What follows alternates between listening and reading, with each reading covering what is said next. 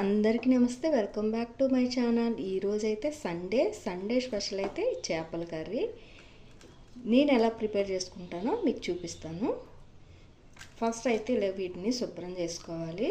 ఉప్పు అది వేసి శుభ్రంగా నీట్గా కడుక్కోవాలన్నమాట. కొద్దిగా ఆయిల్ వేసుకుంటున్నాను.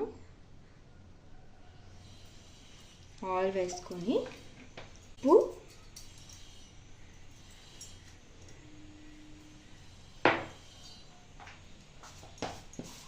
కారం వేసుకొని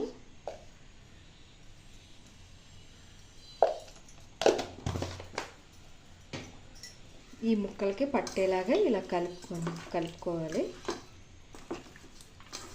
ఇలా కలుపుకొని పక్కన పెట్టుకోవాలి. ఇప్పుడు కొద్దిగా చింతపండు శుభ్రంగా కడుక్కొని ముందుగా నానబెట్టుకొని ఉంచుకోవాలి. ఇలా నీళ్ళు పోసుకొని పక్కన పెట్టుకున్నాము. ఇప్పుడు ఈ చేపల పులుసుకి మసాలాలు అయితే తయారు చేసుకోవాలి. ఉల్లిపాయలను కట్ చేసుకుంటున్నాను. ఉల్లిపాయ ఒక 4 ఉల్లిపాయలు అయితే సరిపోతాయి. మీ అందరికీ ఒక చిన్న రిక్వెస్ట్, మన ఛానల్ని ఫస్ట్ టైం ఎవరైనా చూసినట్లయితే ఛానల్ని సబ్స్క్రైబ్ చేసుకోండి, లైక్ చేసి షేర్ చేయండి. ఇంకా పచ్చిమిరపకాయలు, ముందుగా ఉల్లిపాయలు టమాటాస్ ఇలా కట్ చేసుకొని మిక్సీ చేసుకోవడానికి వీటిని మామూలుగా పక్కన పెట్టుకోవాలి. పచ్చిమిర్చి కట్ చేసి పక్కన పెట్టుకోవాలన్నమాట. ఇప్పుడు ఒక మిక్సీ గిన్నె తీసుకొని 2 స్పూన్లు జీలకర్ర, అదే ఈ స్పూన్తో వేసాను అన్నమాట నేను.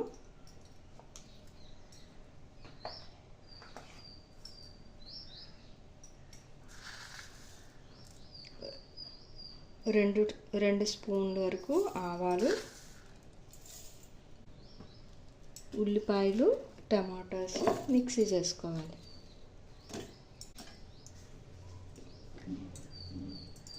ఇప్పుడు వీటిని మిక్సీ చేసుకుందాము.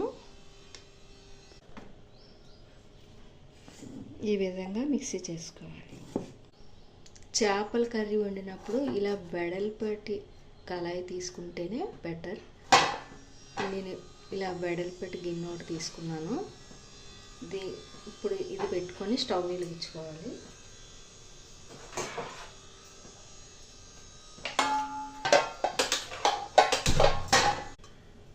ఇప్పుడు ఆయిల్ వేసుకుంటున్నాను. ఆయిల్ ఎక్కువే పడుతుంది కొంచెం చేపల కర్రీకి. ఇది కొద్దిగా వేడైనాక ఇందాక మనం కట్ చేసి ఉంచుకున్నాం కదా పచ్చిమిర్చి వేసుకుంటాం. కరివేపాకు కూడా వేసుకుంటాం. ఇందాక మిక్సీ చేసుకున్నాం కదా ఈ మిశ్రమాన్ని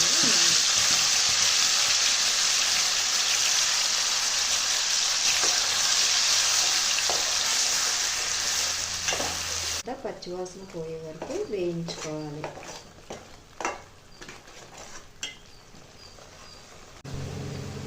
ఇది ఇప్పుడు కొద్దిగా వేగిన తర్వాత సాల్ట్ వేసుకోవాలి. ఇందాక మనం చేపల్లో వేసుకున్నాం కదా, కొంచెం తగ్గించి వేసుకుంటాం. మనం కొద్దిగా కారం కూడా వేసుకుంటాం. ఒక 3 స్పూన్ల వరకు కారం వేసుకుంటాం. అల్లం వెల్లుల్లి పేస్ట్ కూడా వేసుకుంటాం.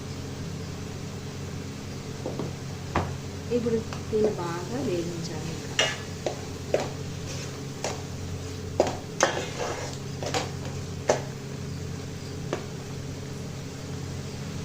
మసాలా అయితే చక్కగా మనకి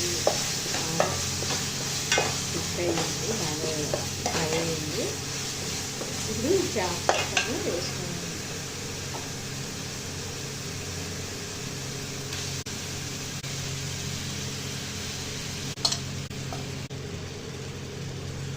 పోకుండా జాగ్రత్తగా కలుపుకోవాలి.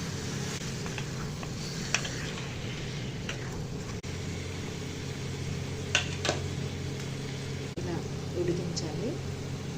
ఇలాగ మనం చింతపండు నానబెట్టుకున్నాం కదా, ఆ గుజ్జునైతే ఇందులో వేసుకోవాలి.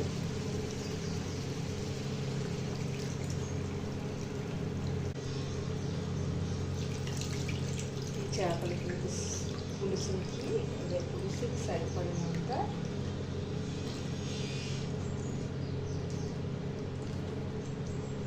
ఈ చేపలకి సరిపడినంత చింతపండు గుజ్జునైతే వేసుకొని ఈ కొద్దిగా ముక్కలు ఉడకడానికి కొద్దిగా వాటర్ని అయితే వేసుకోవాలి. మళ్ళీని చింతపండు పులుపు వేసిన తర్వాత కొంచెం గట్టిపడతాయి ముక్కలు. నెమ్మదిగా టర్న్ చేసుకుంటే విరిగిపోకుండా ఉంటాయి అన్నమాట. మా ఆంధ్ర సైడ్ అయితే ఇలా చేసుకుంటారు. అందరూ ఇలా చేసుకుంటారని లేదు, ఒక్కొక్క ఇంట్లో ఒక్కొక్కలా చేసుకుంటారు. నా వీడియోస్ చూస్తున్న వాళ్ళు మీరు ఎలా చేసుకుంటారో కామెంట్ చేయండి. ఈ చింతపండు రసం ఈ ముక్కలకి పట్టేలాగా కొద్దిగా అటు ఇటుగా కలుపుకోవాలి. ఇప్పుడు ఉప్పు సరిపోయిందో లేదో కూడా ఇప్పుడే చూసుకొని కొద్దిగా వాటర్ని యాడ్ చేసుకోవాలి. కొంచెం ఉడకడానికి కొద్దిగా వాటర్ని వేసుకోవాలి. ఇప్పుడు మళ్ళీ ఇలా చిన్నగా కలుపుకొని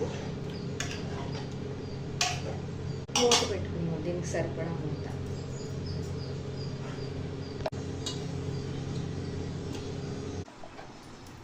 ఆఫ్టర్ 5 minutes తర్వాత చేపల పులుసు అయితే ఎలా ఉందో చూద్దాం.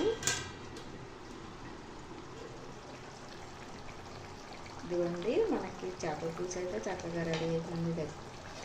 కొంచెం దగ్గరగా అయిపోయింది. ఇప్పుడు చివరిగా కొత్తిమీర వేసుకున్నాము. చిన్న చిన్న ముక్కల్లాగా కట్ చేసుకోవాలి కొత్తిమీర.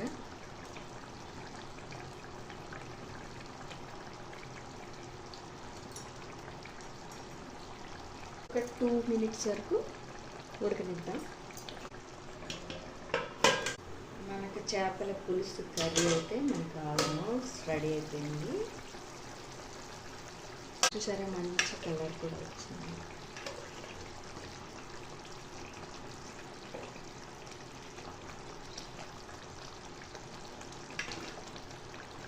మనకి గుమగుమలాడే చేపల పులుసు అయితే రెడీ అయిపోయింది. ఇప్పుడు టేస్ట్ చూసేద్దామా.